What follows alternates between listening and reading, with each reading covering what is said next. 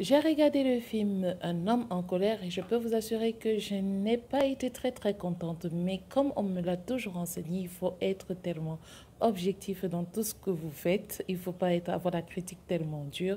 Et j'ai décidé de faire une critique à peu près constructive, mais ma note, elle est personnelle, à vous de donner la vôtre. Alors, vous connaissez Un homme en colère, c'est avec Jason Statham qu'on a vu dans plusieurs films et par le réalisateur Guy Ritchie qui a fait Sherlock Holmes ou bien The Gentleman.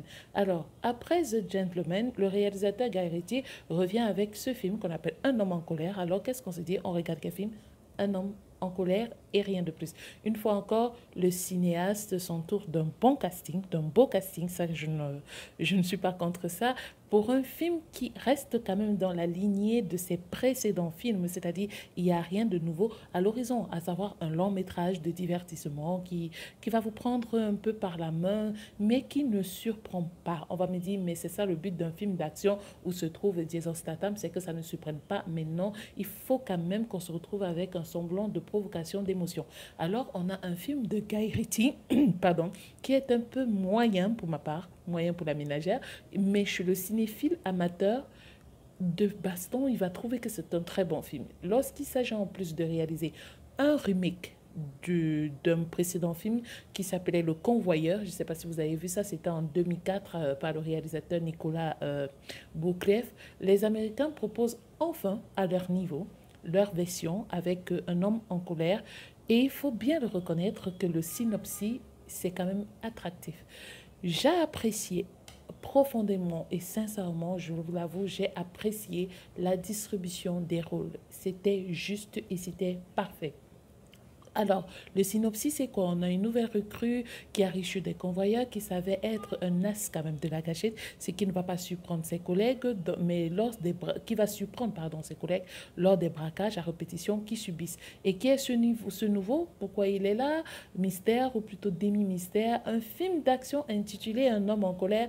On sait à quoi s'attendre, c'est un homme en colère. La version originale, c'est Wrath of Man. Alors, on a un Jason Statham qui a l'affiche et le spectateur doit bien se douter quand même que ça ne va pas enfiler des perles et jouer les contes de fées, un film à la 50 nuances degrés pendant pratiquement 2 heures. Non, c'est donc là où je parle de fameux panier un peu moyen pour la ménagère parce qu'on retrouve les mêmes produits de base, c'est-à-dire on a un Guy Ritchie dont le casting est équivoque et lorsque le titre du film parle déjà, on se retrouve avec le film qui ne parle pas trop de ça. Moi, j'ai trouvé que je suis vraiment trop due. Je m'attendais à quelque chose de particulier. On a Matthew, ça me rappelle un peu Matthew McConaughey dans The Gentleman, c'est-à-dire un film où il y aura les gunfights, les ceci. Alors, on retrouve un Jason Statham. Pour moi, la promesse était vraiment l'inverse. Il ne m'a rien apporté dans le film de spécial. D'ailleurs, il faut quand même reconnaître que Guy Ritchie a le talent d'attribuer quand il le faut et comme il le faut les rôles. Alors, dans Un homme en colère, son acteur principal, c'est Jason Statham. Vous le connaissez, toujours en train de donner des coups de poing, toujours en train de taper. Euh, il y a beaucoup d'acteurs que j'ai particulièrement appréciés. On retrouve, comment il s'appelle, Josh Hartnett. Je me demandais s'il faisait encore du cinéma, mais oui, on retrouve Holt McCallany qui a joué dans la série Mindhunter ou Daredevil Silva dans les gueules de cinéma qui sont quand même peu connues. On retrouve Scott Eastwood qui particulièrement m'a pas, il m'a impressionné quand même. J'ai vraiment adoré sa performance quoi. Et on retrouve aussi, comme j'ai dit, Josh Hartnett. Et puis, on se dit, chacun des acteurs quand même offre quand même une belle prouesse, une belle prestation en accord avec leur personnage, sauf pour Jason Statham pour moi. Et puisque nous sommes dans un film de Guy Ritchie, les actrices sont très peu présentes et franchement, c'est une mauvaise habitude qui parvient toujours à minimiser et je ne sais pas pourquoi, mais c'est l'avantage d'être à la coécriture du scénario. Alors, qu'est-ce que je reproche à ce film? C'est que le récit soit si balisé à outrance. Alors oui, Jason Statham fait son Statham. C'est d'ailleurs le point fort du film, surtout dans sa première demi-heure. C'est-à-dire une gueule de gros bras, une attitude de gros bras, quelqu'un qui donne des points, les coups de poing par-ci, par-là. On le surnomme Hatch, en rapport à la bombe Hatch. Et puis, c'est justement l'impression qui est recherchée, et ça peut-être ça marche. Mais ce jeu de mec, ça cache visiblement quelque chose que je n'ai pas apprécié malheureusement. Le spectateur, dans l'expectative, l'interrogation et le mystère, il plane. Il se pose des questions et c'est là que je reproche quelque chose de particulier à Guy Ritchie, c'est que dans ces trois zones que j'ai citées, eh ben, il ne m'a pas emporté, il n'a rien fait de bon.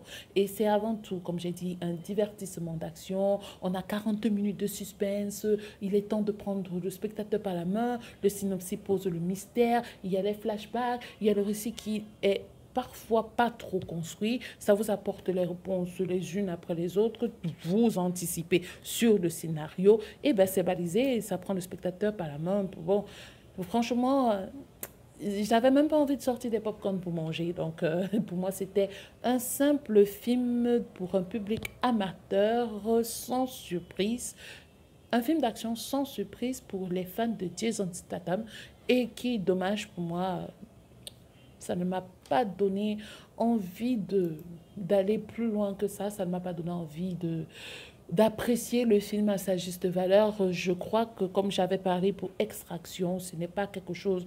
Oui, on va me dire c'est brutal, c'est cynique, c'est moins investi que The Gentleman. On y retrouve l'implacable Jason Statham, on y retrouve Joss Hartnett. Oui, on va me dire que c'est un remake qui est d'abord avant tout en tout terrain pour toute personne. La brutalité est fracassante, mais je suis désolée. Le film a gagné en action et a perdu en émotion, surtout pour un remake par rapport au film Le Convoyeur. Et pour moi, c'est juste un bon petit... C'est d'une légèreté. Le film a été traité d'une certaine légèreté et c'est la violence du polar est un peu sombre, on perd le rythme, je parle même pas de la musicalité qui font habituellement le charme dans un film, mais bon, c'est une succession attendue et pesante de scènes d'action sans intérêt, sans surprise, sans quelque chose de super. Voilà. Bon, je ne sais pas quelle note. Comme j'ai dit, ma note, elle est personnelle. À vous de donner la vôtre. Vous allez me le dire en commentaire. N'oubliez pas de liker, de vous abonner, de commenter et surtout de partager les vidéos. On va reprendre tout doucement le rythme des films. Je vais faire une autre vidéo tout à l'heure du premier épisode de Loki que j'ai particulièrement aimé. Mais je vous quitte en vous donnant la note de Jason Statham, un homme en colère. Je donne la note de 2,5. C'est tout. J'ai fait beaucoup d'efforts, j'ai suivi beaucoup de critiques et j'ai essayé de faire la mienne. On se retrouve très prochainement. Ciao, bye bye, sayonara.